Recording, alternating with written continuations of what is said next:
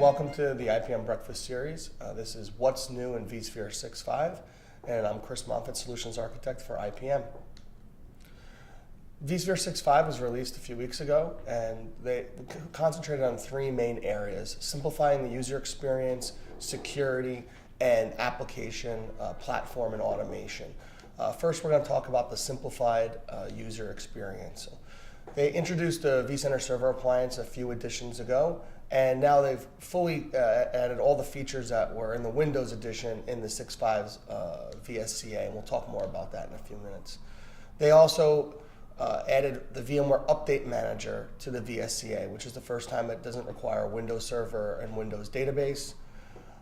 We've added some appliance management features that didn't exist before to not only the Virtual Servers appliance, but other appliances from VMware. And they've added native backup and restore for the VSCA. So one of the problems before with the VSCA deployment was that you had to have a Windows machine to deploy it. Now you can do this from a Mac or a Linux machine.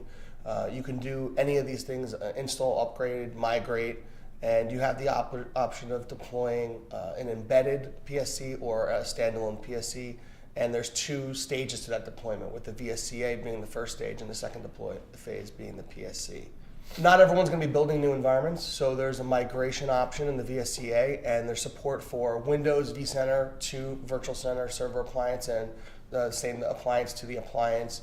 But just about every flavor is supported of embedded database, external database, whatever needs to happen. And this tool allows you to move over seamlessly in your environment, preserving the most important, the UUID. So anything that's requiring UUIDs in your VMs, IP addresses, the names, they all move along with the vCenter server appliance migration. The monitoring has been changed a little bit in the VSCA. They've added a lot more network CPU and memory. There's some visibility to the Postgres database. Before it was a little bit of a black box, which some people didn't really like, but now you can see some performance information. There's syslog configuration and remote syslog configuration for the VSCA, where previously you can only log to yourself. There's the new backup and restore. This really makes it a true appliance, where before it was kind of a prepackaged Linux server, where today it's the configuration file is the entire appliance with the database, and you can take that configuration file, use it over again, restore to a brand new appliance, and treat it like a true appliance, not just a pre-built server. There's also some options for encryption, and backing up the appliance is simplified. You can treat it just like any other appliance on your network by being able to use SCP backup or anything that you would use for network backup. They also introduced high availability. Previously on the Windows edition, there were some options for doing the vCenter HA. That's now been brought over to the VSCA and supports the external PSC deployments, and allows you to have an active-passive configuration with your VSCA and allow you to have a highly available virtual center for people that need that functionality. One of the problems one of the things that users have complained about in the last couple of editions is there's a lot of interfaces, and VMware has, it seems like, different teams working in completely different tracks, with the web client, the old client, the FAT client, the Flex client, the HTML client, and now they've kind of standardized on the HTML5 client being where they're going to go in the future. The web client still exists today with the Flex model. There are some features that are not available in the HTML5 client, but they're now moving there. The PSC interface, the host client are all HTML5 based and allow you to do configurations very easily. They also removed the CIP, or the client integration plugin, that was required previously to use the web client. This was even to deploy Virtual Center, you had to install the client integration plugin to use smart cards. They've moved all that over to native browser functionality. The only thing that requires an enhanced authentication or another browser plugin would be smart card login into Virtual Center. So the HTML5 web client, modern interface, right? Very clean, much easier to use, supports enhanced links mode. They've been using this since version 6 with the Fling. So this has had the most popular Fling that's out there from VMware. And if you haven't gone to the lab section of VMware, that's where they have Flings where it's unsupported tools that VMware provides. Sometimes they come out of their PSO organization. Sometimes they come out of developers that need to do some type, or some support organization that needs to do something, a migration tool, something you want to see. And the Fling created the web client, the HTML5 web client, and it's been used by a lot of people in 6.0, and that's where it was able to be deployed to 6.5 and GA with such wide adoption.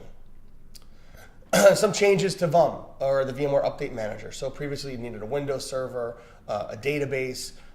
It's built into the VSCA. So that native integration into the appliance, you can patch and manage. The scale limitations, some of the, resources that required just to run a VUM server are now gone. And it also leverages the VSCA HA and backup. So no longer do you have to maintain any of your VUM profiles or anything. It's all built into Virtual Center. Logging. So there's been a big complaint from some of our more security conscious customers. The logging within the Virtual Center server appliance was not that intelligent. So you would see it said that a user made a change. The problem with that, it didn't tell you what the change was, or you'd have to go to another log to find the change. As you can kind of see in this example here, someone made a change on the reconfigure, and it tells you what they did. So obviously that's a much better log. Also, now you're able to write queries or write alerts to then go off of those types of changes in the environment. VMware encryption, probably one of the most requested features over the years. It's been handled at the storage layer, but there's still, once you have access to the storage, you have access to the VMs, and once you have access to the VMs, you can kind of have access to the kingdom. So they've been able to add VM encryption that does not only the VMDK, but also the VMware data files. The guests have no idea what's going on, so it's completely transparent to the guests, and it's all handled within Virtual Center. Within Virtual Center, there's new roles to handle keys and cryptography management, so you can separate out the keys for encryption to the security team and still have your infrastructure team running VMs just like they did today, so you have that level of separation. It also has full support of vMotion. It's really completely transparent in the environment, so not a real change except that you're able to encrypt your VMs. This also added encrypted vMotion. So encrypted vMotion, previously vMotion was pure clear text in the environment. The problem with that is when people are on your network and they are stealing packets, now they're going to steal your entire VM, so not something you want. In that same vein of the security element that's been changed in this version, secure boot, which kind of describes the entire process here, but full support for the UEFI firmware and secure boot in the environment. Verifies everything along the way, and if it's not verifiable, we'll bomb out the machine and the machine can't boot any longer. And the last area is they're referring to it as a universal app platform. They've made some application automation and some automation features, some things that have changed. So HA admission control could somewhat be complicated over the years, depending on how much host failure you want to tolerate. They're really getting now to almost an automated kind of algorithm to figure it out for you. You tell them you want to have this many resources, this many VMs running. It will figure out how your HA and your admission control is going to work. Along with the HA changes, your restart priority. So this is, before it was kind of high and low. You're getting into a much more granular control of your environment with people running, 50 to 100 VMs on a server. If you lose a server or, maybe part of a blade chassis, or you lose something on a switch, rebooting 200 VMs in your environment, they may restart, but they might as well just be down because it's more complicated to figure out what's going on. And in that same area, there's not just the priorities, but the orchestrated restarts. So in your applications that require the database to come up first, or an application server to work with something else, you can configure your environment to orchestrate this restart. So knowing that the web server shouldn't start until the database server started. So when you have a host failure event or an HA event, you don't have to have 3 administrators, checking services, looking for how things work. You know that this orchestrated restart, if set up properly by your team, allows you to get your environment back up and running without any human intervention. Proactive HA. This is something that me personally, I've been trying to get VMware to support for many, many years. The hardware vendors, Dell and HP, Cisco, have been very good about detecting preemptive or proactive errors in memory and disk failures. Then it required a human to evacuate the machine and do something with that, put in maintenance mode when they finally came out with maintenance mode in the 4 version.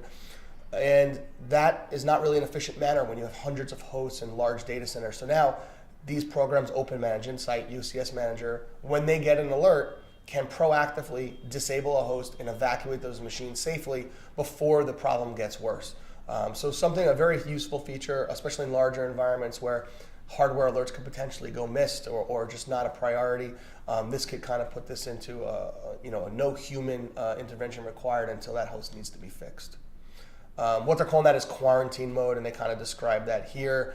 The DRS will take over and move those VMs off in a moderate or severe degradation. You have some control over how that works. The last kind of feature in the app platform changes is the vSphere integrated container. So developers, now it's a platform that they just need a container. The developers really don't care what it is. They don't care how you have to manage it. Developers never care how you have to manage it. The operations team, they care how you have to manage it. Them learning brand new tools just to learn containers, sometimes a large hurdle to overcome. You can now use VMware to run your containers, and doing that, you have a very common interface for your team. Thank you for today and listening to us on the What's New with vSphere 6.5. For any questions, please contact me at chrismoffat@IPM or go to IPM.com.